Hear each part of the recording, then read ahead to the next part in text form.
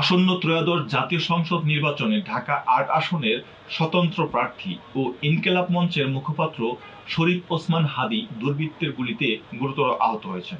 শুক্রবার জুমার নামাজের পর রাজধানীর পল্টনের বিজয়নগর এলাকায় নির্বাচনী প্রচারণার সময় তাকে লক্ষ্য করে গুলি ছোড়া হয়।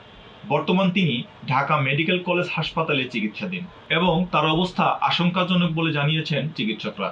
প্রত্যক্ষদর্শী ও পুলিশ সূত্রে জানা যায়, দুপুর ২:৩০টার দিকে একটি মোটরসাইকেলে করে এসে দুর্বৃত্তরা হাদীকে লক্ষ্য করে গুলি ছোড়ে। এতে তার বাম কানের নিচে গুলি লাগে এবং মাথা থেকে প্রচুর রক্তক্ষরণ হতে দেখা যায়। ডিএমপির উপ পুলিশ কমিশনার মোহাম্মদ তালেবুর রহমান গণমাধ্যমকে বলেন, দুপুর ২টা ২৫ মিনিটে মোটরসাইকেলে আসা দুর্বৃত্তরা হাদীকে লক্ষ্য করে গুলি ছোড়ে। পুলিশ ঘটনাস্থলে উপস্থিত হয়ে তদন্ত কাজ শুরু করেছে। তাৎক্ষণিকভাবে তাকে উদ্ধার করে ঢাকা মেডিকেল কলেজ হাসপাতালে নেওয়া হয়। টামেক পুলিশ ক্যাম্পের এসআই মোহাম্মদ সেলিম জানান, তাকে ইমার্জেন্সি ওসেক ইউনিটে চিকিৎসা দেওয়া হচ্ছে। এই ঘটনায় তীব্র নিন্দা ও ক্ষোভ প্রকাশ করেছেন অন্তর্বর্তীকালীন সরকারের প্রধান উপদেষ্টা। প্রধান উপদেষ্টার ভেরিফাইড ফেসবুক পেজে দেওয়া এক বিবৃতিতে বলা হয়, নির্বাচনী পরিবেশে এমন সহিংস হামলা একেবারেই অগ্রহণযোগ্য। দেশের শান্তিপূর্ণ রাজনৈতিক অঙ্গনের জন্য এটি অত্যন্ত দুঃখজনক ঘটনা। বিবৃতিতে আহত ওসমান হাদীর সর্বোচ্চ চিকিৎসা নিশ্চিত করতে স্বাস্থ্য মন্ত্রণালয়কে নিবিড় তদারকির নির্দেশ দেওয়া হয়েছে। একই সঙ্গে আইন শৃঙ্খলা রক্ষাকারী বাহিনীকে দ্রুত তদন্তের মাধ্যমে জড়িতদের শনাক্ত করে আইনের আওতায় আনার কঠোর নির্দেশ দিয়েছেন প্রধান উপদেষ্টা।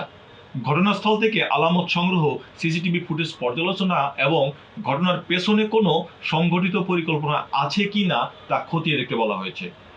এদিকে ঘটনার পরপরই ভেরিফাইড ফেসবুক পেজে উদ্বেগ প্রকাশ করেছেন বিএনপির মহাসচিব মির্জা ফখরুল ইসলাম আলমগীর। তিনি বলেন, গণতান্ত্রিক ব্যবস্থায় রাজনৈতিক সহিংসতার কোনো স্থান নেই। মতাদর্শ যাই হোক, ভয়ভীতি বা শক্তির আশ্রয় নেওয়া অগ্রহণযোগ্য। আশা করি অন্তর্বর্তী সরকার ও সংশ্লিষ্ট কর্তৃপক্ষ এ বিষয়ে দৃঢ় ব্যবস্থা নেবে। জাতীয় নাগরিক পার্টির এনসিপির মুখ্য সমন্বয়ক নাসিরুদ্দিন পাটোয়ারি এই ঘটনার তীব্র নিন্দা জানিয়ে বলেন, হাদীর মতো আমাদের জীবনেরও শঙ্কা রয়েছে, তবে আমরা জীবন দিয়ে হলেও লড়াই করে যেতে চাই। আমি এই ঘটনার দ্রুত, নিরপেক্ষ ও স্বচ্ছ তদন্ত দাবি করছি। এদিকে বিকেল ৪টার দিকে গুলিবিদ্ধ হাদীকে দেখতে ঢাকা মেডিকেল কলেজ হাসপাতালের জরুরি বিভাগে যান বিএনপির স্থায়ী কমিটির সদস্য মির্জা আব্বাস। এ সময় সেখানে উপস্থিত ইনকিলাব মঞ্চের সদস্য ও হাদীর সমর্থকরা তার বিরুদ্ধে ভুয়া ভুয়া স্লোগান দিতে শুরু করেন।